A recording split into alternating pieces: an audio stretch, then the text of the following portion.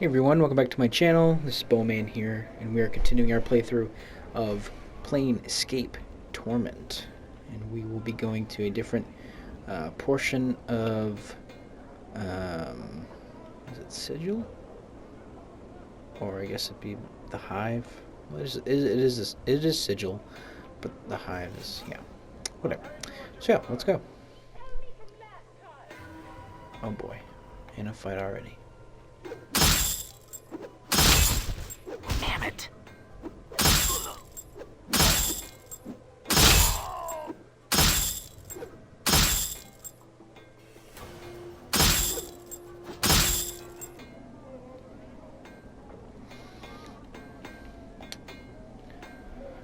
Your first impression of Mars is that he needs a long bath, preferably away from any creature that has any sense of smell.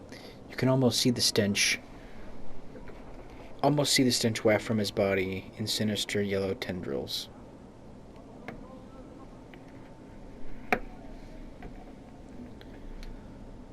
He motions towards you frantically in an effort to get you to come over and talk to him.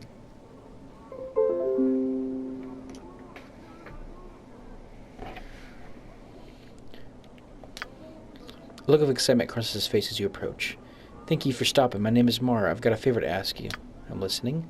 'Tis a matter of life or death. I must be delivering this box, and it'd be my head for sure. 'Tis me bad luck I twisted me leg something fierce. So will you help me out by delivering this box for me? I'll deliver the box for you. Mara slowly takes out a small box from within the recesses of his ragged clothing. For the briefest of moments you see a look of regret cross his face. When it is gone, he looks at you and hands you the box. A slight shimmer surrounds the box as both you and Mara touch it. A sigh of relief is heard as Mara releases the box into your care. What now? This be needed delivered to Kuatra. He can usually be found somewhere down in the southeastern section of the hive. Oh, and least be try. I didn't warn you. Whatever happens, don't open the box and don't have the hive with the box. Now be off with you. I'll be back soon to deliver the box. Updated my journal.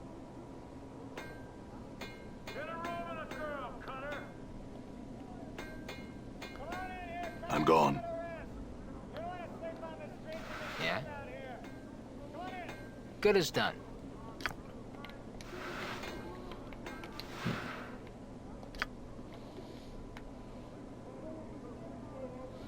Southeastern.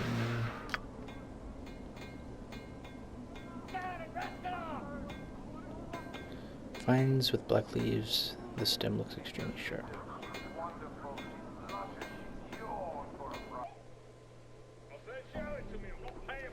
Cool.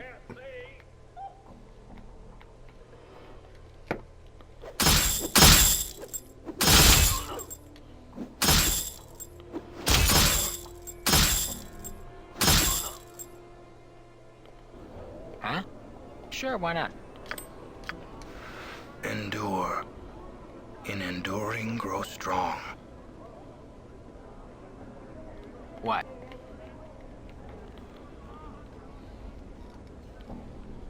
Okay.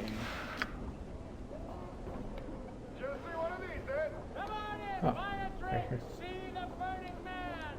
He's on fire! You've got to see it to believe it! The burning man right here! You again? I thought I told you not to bother me. I was told to deliver this box to you. Well, why didn't you say so in the first place? Let's see what you got for me. I'm sure it'll need to be inventoried. Mark told me to give it to you. As you hold the box out for him to take, the expression turns from one of interest to that of intense horror. No, please, get it away from me. I don't understand it. Why are you afraid of this box? I said, get back. Death, evil. Had to dupe more. Couldn't take it anymore. Please. Detective Braxton lives southwest hive. Me, no. Apparently the side of this box is just too much for him to... As he runs screaming from the building. Wait, what am I supposed to do with... Updated my journal.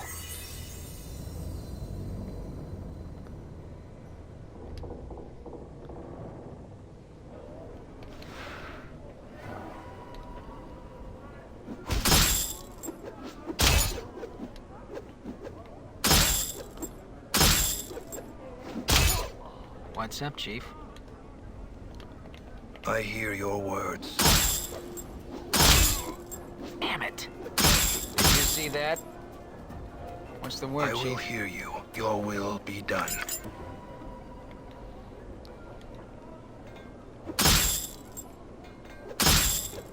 Damn it. Balance in all things. Did you see that? Yeah? Did you see that? It is Huh? I endure. In enduring, grow strong. I shall serve. What? All right.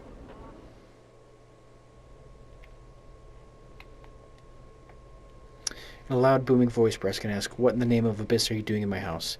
Leave now before I make you even more ugly than you already are." "I was asked to deliver this box into your care." "Well, why didn't you say so? So hand it over so you can be on your way." As you present the box to Braskin, his expression changes from one of anticipation to that of amusement. "Whoa there, I don't fall for that trick a second time. Put that thing away from me." "I don't understand. Why won't anyone take this box?" "Frix Kautra, now you." "Did you say Kaatra?" Braskin lets out a great bellow of laughter. "Well, that's the fellow who bought the box off me. Thought he got the best of me when I bought it. I guess he figured the gem alone was more than worth the price he paid me. Poor fellow didn't realize what he'd gotten himself into until it was too late." "Just what's so horrible about this box?" "You mean you really don't know anything about the box you're holding? Well, I guess it won't hurt to tell you what I know. First off, so you don't get any ideas in your head, the curse on that box only affects the current owner of the box, and to be the owner of the box, you have to willingly take possession of it. There goes the idea of just leaving the box for someone else to find. So, what's in the box?" Now that is a good question. That box has been around the hive since anyone can remember. There are many rumors flying about. As you can imagine, over time the truth has been warped a little bit further with each retelling of the story. I've heard many a story go on about the box, and they all seem to have a recurring theme. The name given to the foul thing is Mordor's box, and the owner of the box will die should hear anyone else open it. As to the contents, who knows? Some say it's an ancient dragon, while others say it's the evil soul of Mordor himself. I cannot tell for sure, but just by looking at it, any soul can tell it's something evil and one would have to be a fool to open it. What am I supposed to do with it?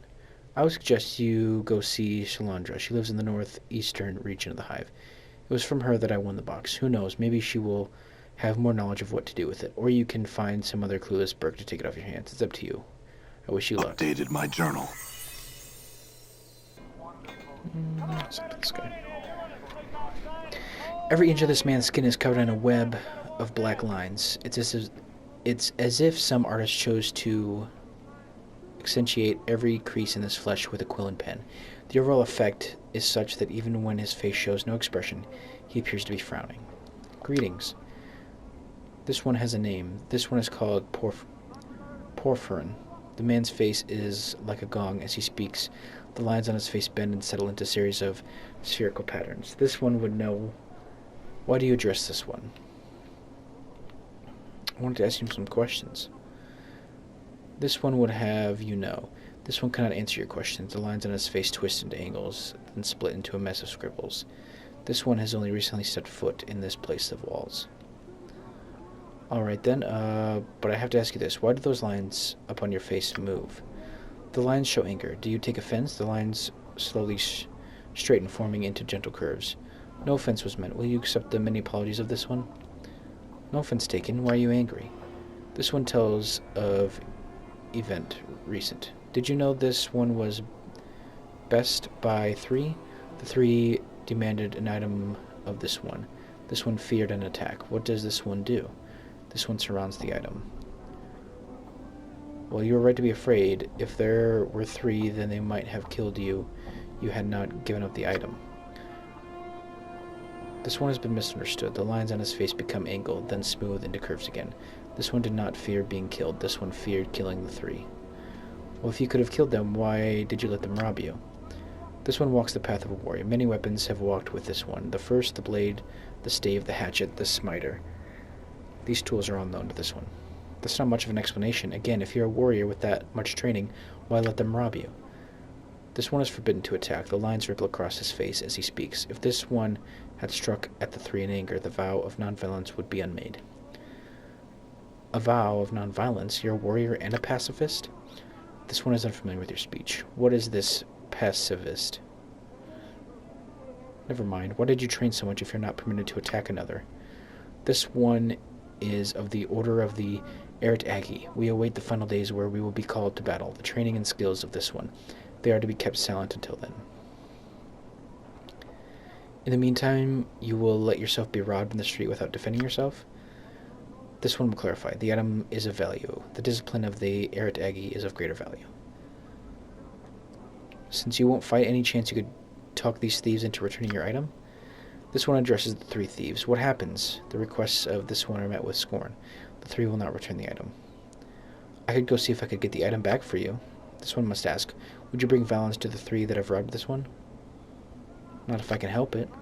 This one fears a message absent of violence will not be understood. The lines on the man's face form into a series of ellipses. This one is not opposed to you trying.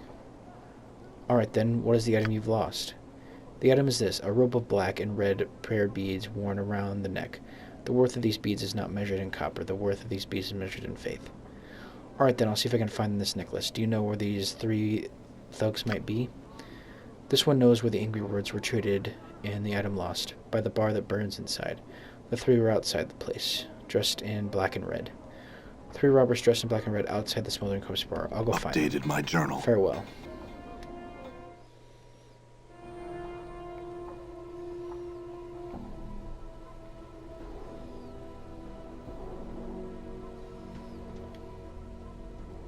You see a short, balding man standing in what serves as the foyer to this ramshackle flophouse.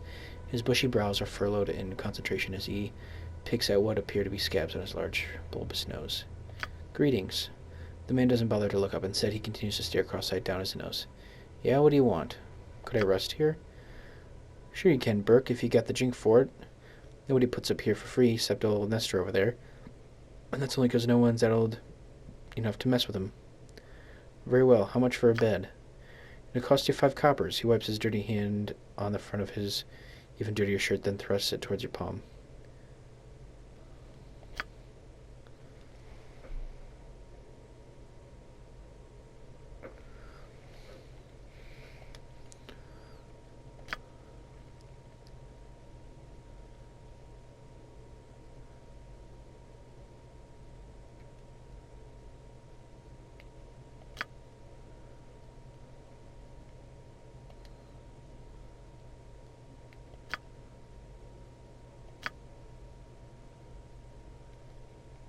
Tell me about this Nestor.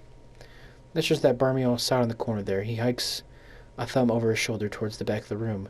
Watch your step around him, Burke. He's not right in the head, always rattling his bone box about his fork and all. I wish someone do us a favor and get rid of him. Why don't you get rid of him yourself? You don't think I've tried? I have, and look what I get for my effort. He leans his face forward and points at my bleeding scabs in his nose. The barmy sod nearly bit me nose off. I could get rid of him for you, for a price. I'll tell you what, Cutter, if you get rid of him for me, you can stay for free as often as you like. Deal? Fair enough, I'll do Updated my it. journal. Well, then don't just stand around gawking. Gets to it. He immediately returns to his scab picking. You see an aging man in soiled and tattered clothes frantically pacing in the corner. His shock of filthy white hair sticks out in every direction, and his face, encrusted with dirt and streaks of dried blood, is covered with gray stubble. Every few seconds he stops pacing and flails about suddenly, muttering and cursing as if assaulted by some unseen foe. He does not seem to notice your approach. Greetings. At the sound of your voice, the old loon whirls about to face you, his wide, staring eyes bulging in their sockets. He regards you for a brief moment, then returns to his raving. No, no, no! It's not you. Ooh, but soon, yes, soon. Who are you talking to? The old man seems oblivious to your presence. Who? You'll come, yes, you'll come, and old Nestor will be waiting. Are you all right? No. Nestor's face turns beet red, and his whole body shakes in protest. My fork. Can't leave without my fork. Fork. Your fork? Fork. Can't go home without my fork. Nestor's frenzy reaches a violent crescendo. He begins hopping up and down maniacally, then suddenly stops, lowers his head, and runs headlong into a large wooden cupboard that stands against the back wall of the flophouse. The force of the impact knocks the old man flat on his back. After a few seconds, he stands back up, a dazed expression on his face. Gone, stolen, can't go home without my fork. Stolen, you say? Who took your fork? Nestor stares at you for a long moment, then begins rumbling through the pockets of his filthy tunic. After a few seconds, he produces what appears to be a dismembered ear. Judging by the stench and color of the ear, you'd wager that the old loon has been tuning it around his pocket for some time. You have my fork, don't you? Don't you? He holds the ear close as if speaking to it. Bring back my fork. Maybe I can help you. Wait, wait, wait, wait! He shakes his ear violently as he shouts into it. Until you bring it back, then I can go home. Right, I'll try and find your fork, then. Farewell. Updated my journal. Let's see if we can't find his ear. Really?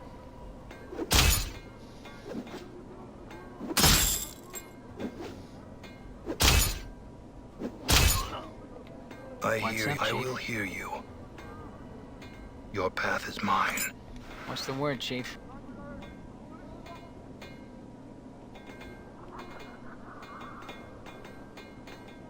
Come on, Gator, come on in here. You want to sleep outside? It's cold out here.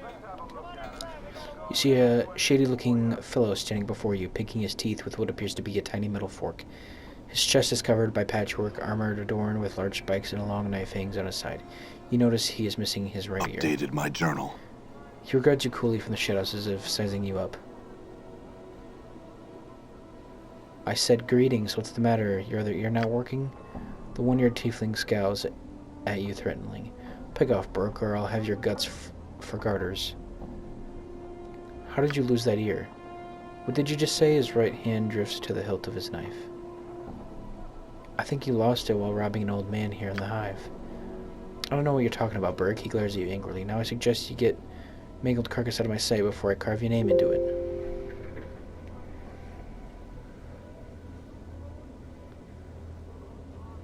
Look, why don't you come clean while you still have one good ear left? You sure do have a sharp tongue, Burke. I think I'll cut it out and feed it to you. He lunges at you, his knife leading the way. Balance Mort, in like all Latin. things. For death.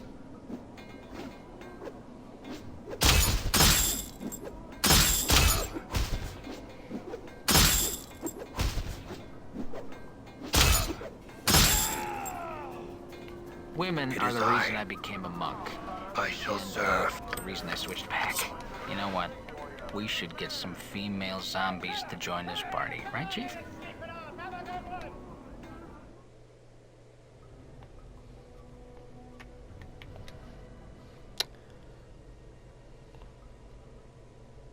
Is this the fork you speak of? Nestor hastily snatches at the fork. My fork, my fork! He hops up and down excitedly, waving his fork back and forth in an elaborate pattern above his head as if he were performing some sort of ritual.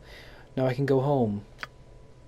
Nestor turns to leave, then, as if struck with some afterthought, he turns back around and hands you a scrap of something soft and rubbery. The severed ear. Upon closer examination, you notice that there is an earring still dangling from it.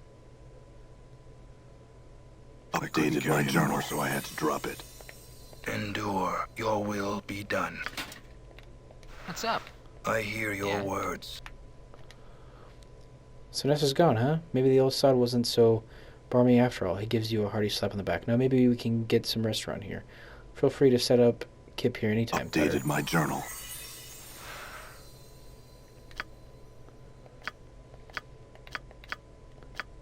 I think I will, mister.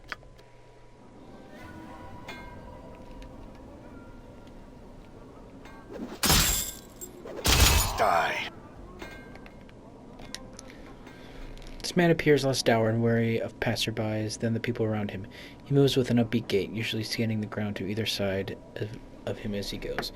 As you approach him, he nods a friendly greeting.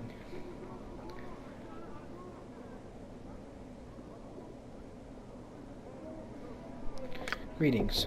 Hello, Cutter. Say, you seen any debtors about? None nearby. I had some questions. Too bad, too bad. Ask away, then. What are you looking for? Debtors, of course. Don't you recognize the robes of a collector? He grabs a hold of cloth and holds it up for your inspection. No.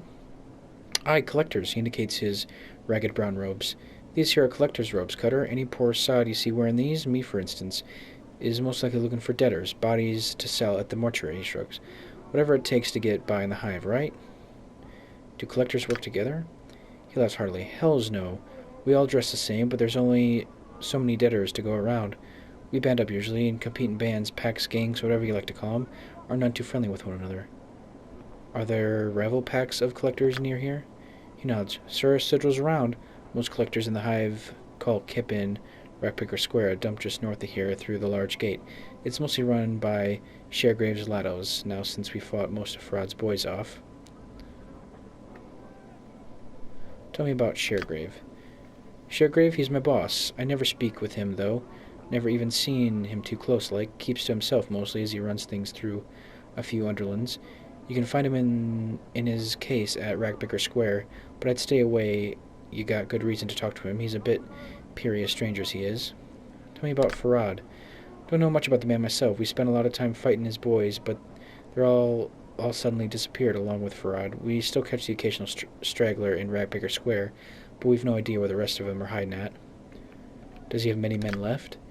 He must, 'cause we hear his lot's been real successful late, find lots of debtors, making lots of drink off the dusties at the mortuary.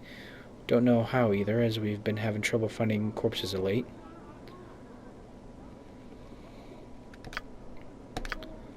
That's all I wish to know.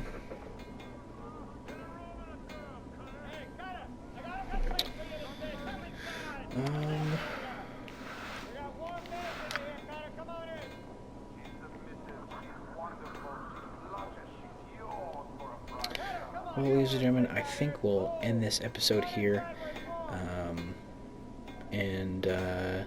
And yeah, so thank you very much for joining me on this playthrough of Planescape Torment. And as always, feel free to like, comment, and subscribe down below. And we'll see you all in the next one.